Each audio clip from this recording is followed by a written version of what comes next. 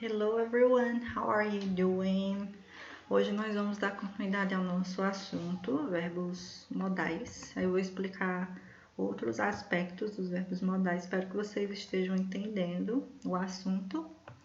Não é difícil, mas também não é muito fácil não, né? Então vamos aqui dar continuidade. Deixe-me só configurar aqui direitinho. Ok. Então, nós já vimos que os verbos modais são essas palavras aqui, que existem outras, inclusive, certo? Mas nós estamos estudando apenas algumas delas. Essas 5, elas são as mais importantes, as mais comuns. Então, nós temos o can, o may, o should, o have to e o must. A tradução comum dessas palavras é dever ou poder. Né? Mais uma vez, relembrando, por que nós estudamos, né? Por que existe esse nome, sei lá, desse assunto, verbos modais?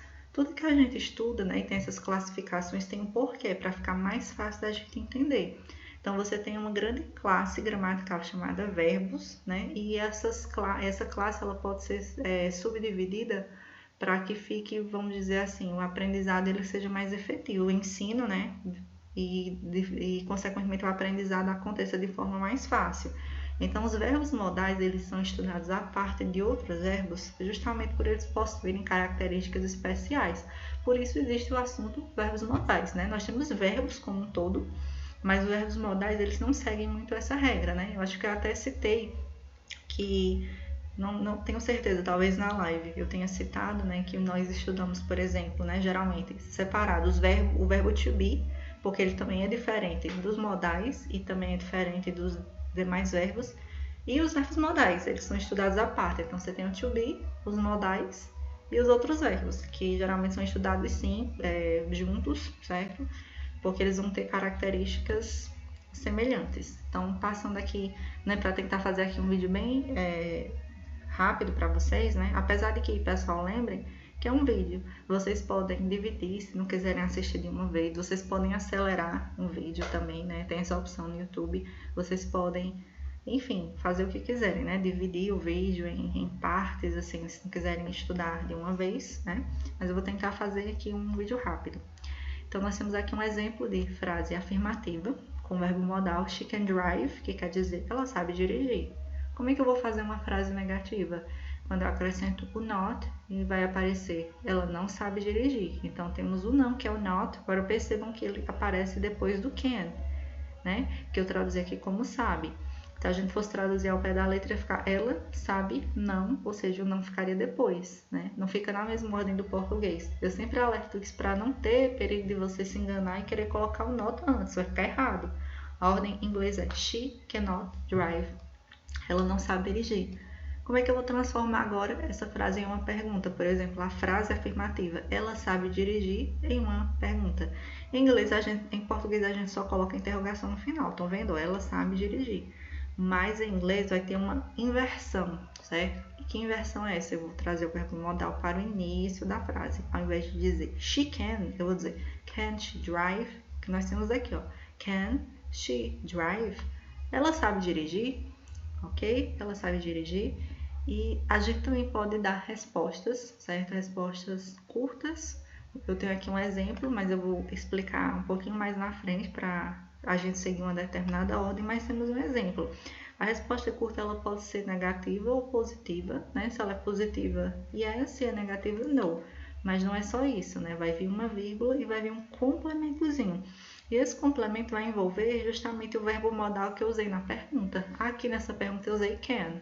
Então, por isso que eu estou usando can aqui também, certo? Eu vou repetir isso aí lá um pouquinho mais para frente. Falar aqui um pouquinho sobre formas contraídas. O que danado é isso? Pessoal, nada mais é do que a junção, né, de pelo menos duas palavras. A gente percebe essa contração pelo aparecimento desse, né, pela presença desse apóstrofo, que é como se fosse essa vírgula lá em cima, certo? Tem a junção de duas palavras.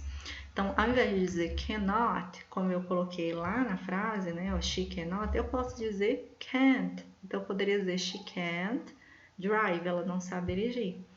Ao invés de dizer should not, que a gente pode construir uma frase também usando should not, eu poderia até usar essa frase com should, né?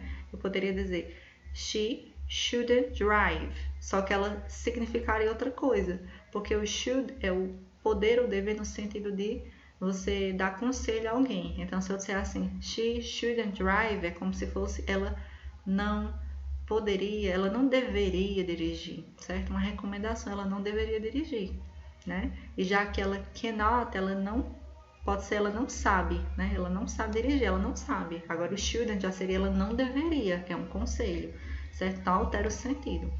Mas ok, voltando para as contrações. E o must not, né? Eu junto o must mais o not, vai ficar mustn't, ok? Mustn't. Aqui é shouldn't, aqui é can't. Can't, shouldn't, mustn't.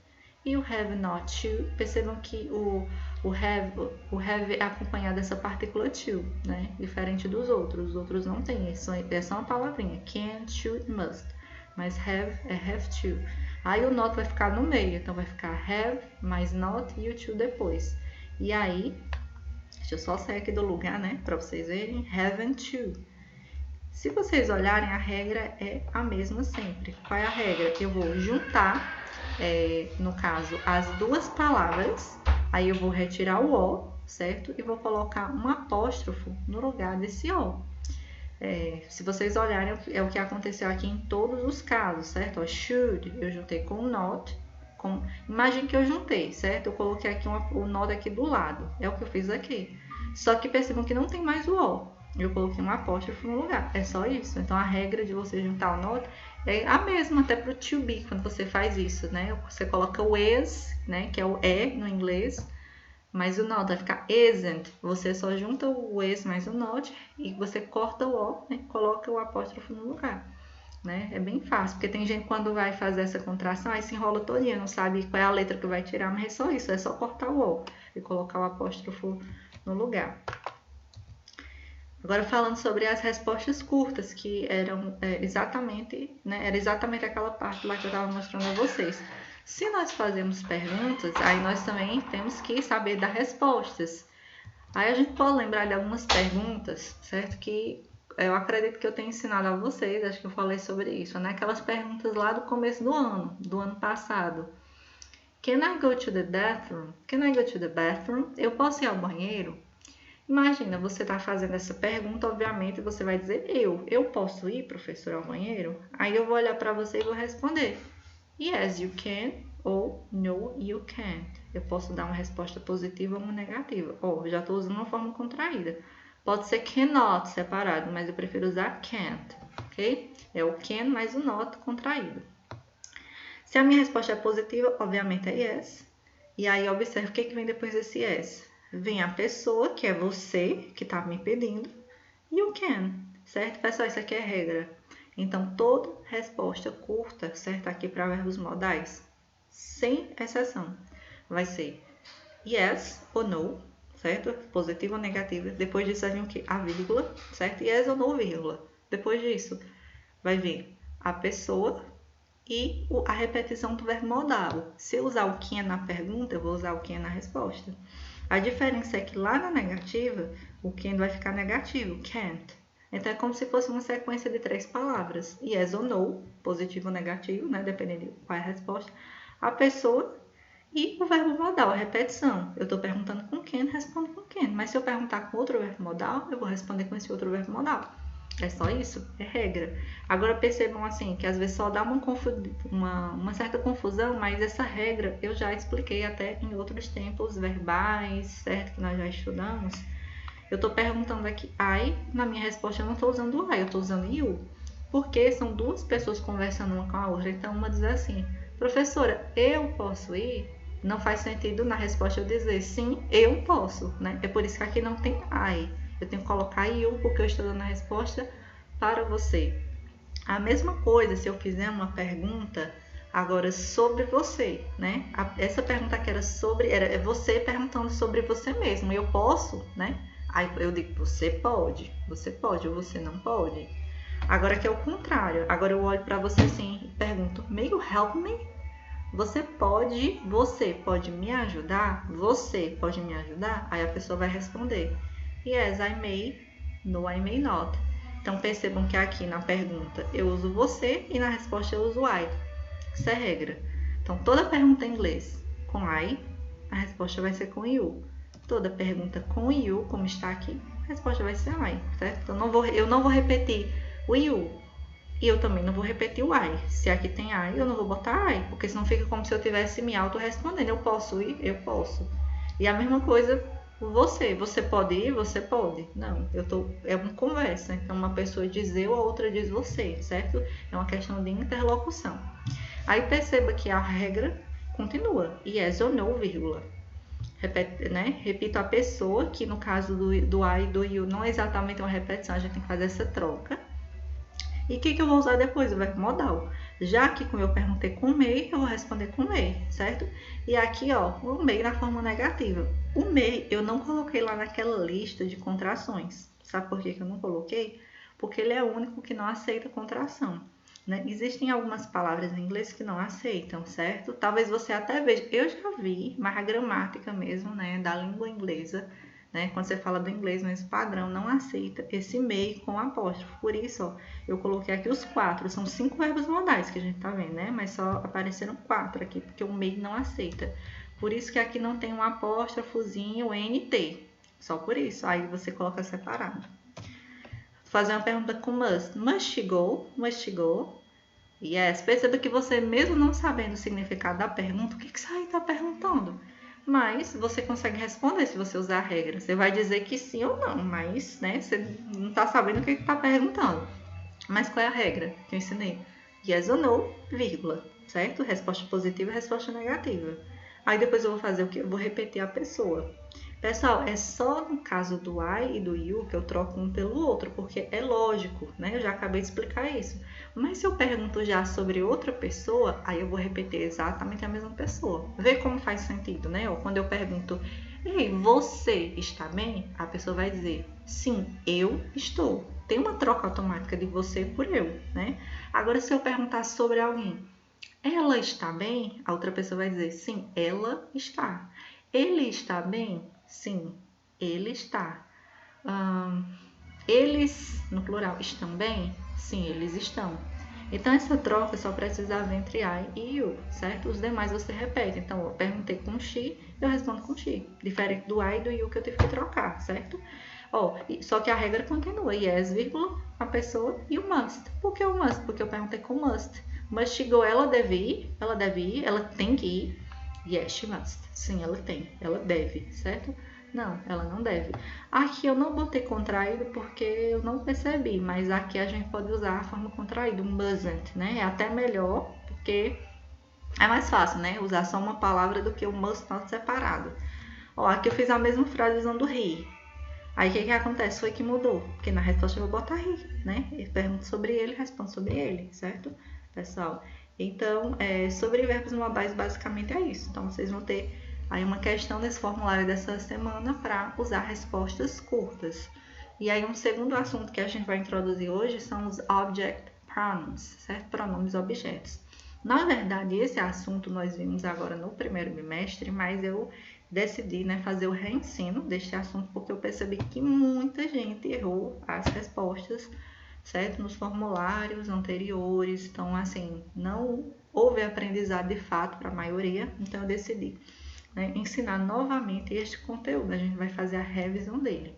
Né? Tentar aqui usar outra estratégia para ver se vocês conseguem compreender. Na verdade, é muito simples, certo? A gente tem aquele que a gente chama de pronome. Em português, a gente tem os pronomes chamados de sujeito e pronome objeto. Na verdade, em português, o nome não é esse. É pronome do caso reto e pronome do caso oblíquo. Horrível, né? O nome. Pessoal, esses pronomes nada mais são, né, do que aquelas palavrinhas que se referem a pessoas. Então, essas que nós já conhecemos, o eu, o você, o ele, o ela. Quando a gente vai formar a frase em inglês, a gente usa muito eles, né? Eu, você, ele, ela, nós, né? É o que eu ensinei para vocês, que é primeira, segunda, terceira pessoa do singular, primeira, segunda, terceira pessoa do plural. Só que aí, essas formas aqui, elas aparecem no início de frases, porque esses pronomes eles têm função de sujeito, certo? E aparecem no início de frase. Se essas palavras, se essas pessoas vão lá para o final da frase, tem uma mudança automática. Até no português acontece isso. Por exemplo, quando eu faço alguma coisa, eu estou lá no início, eu fiz esse bolo, né? Agora, se eu disser assim, alguém fez esse bolo pra eu, tá horrível, né? Porque tá errado. Alguém fez esse bolo pra mim, certo? Então, eu tô falando da mesma pessoa, eu, certo? Eu e mim são a mesma pessoa, mas existem funções diferentes que a gente tem que usar um no lugar e outro no outro. Então, da mesma forma que no português esse pronome sujeito vem no início e o objeto vem no final, certo? Não se importem muito com essa questão dos nomes, tá? Dessas nomenclaturas, né? Sujeito, objeto, mas é porque para diferenciar eu vou ter que estar citando, né? O que vocês precisam entender é essa função só. Então, esses aqui vão vir no começo, que é como se fosse o eu, o tu, o ele, o ela do português.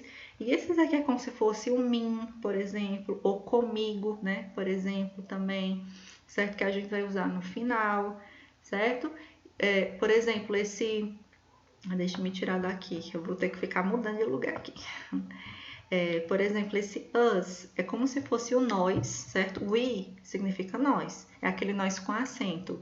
E já esse aqui é como se fosse aquele nós sem acento, que é o nos, né? Por exemplo, eles vieram para nos ajudar, certo? Agora, se eu já falo assim, nós vamos ajudar eles, esse nós é we, porque é nós estamos no início da frase, ó, nós vamos ajudar eles, certo? Agora, se eu disser, eles vão nos ajudar, aí esse nos, né, já é o us, certo? É o us.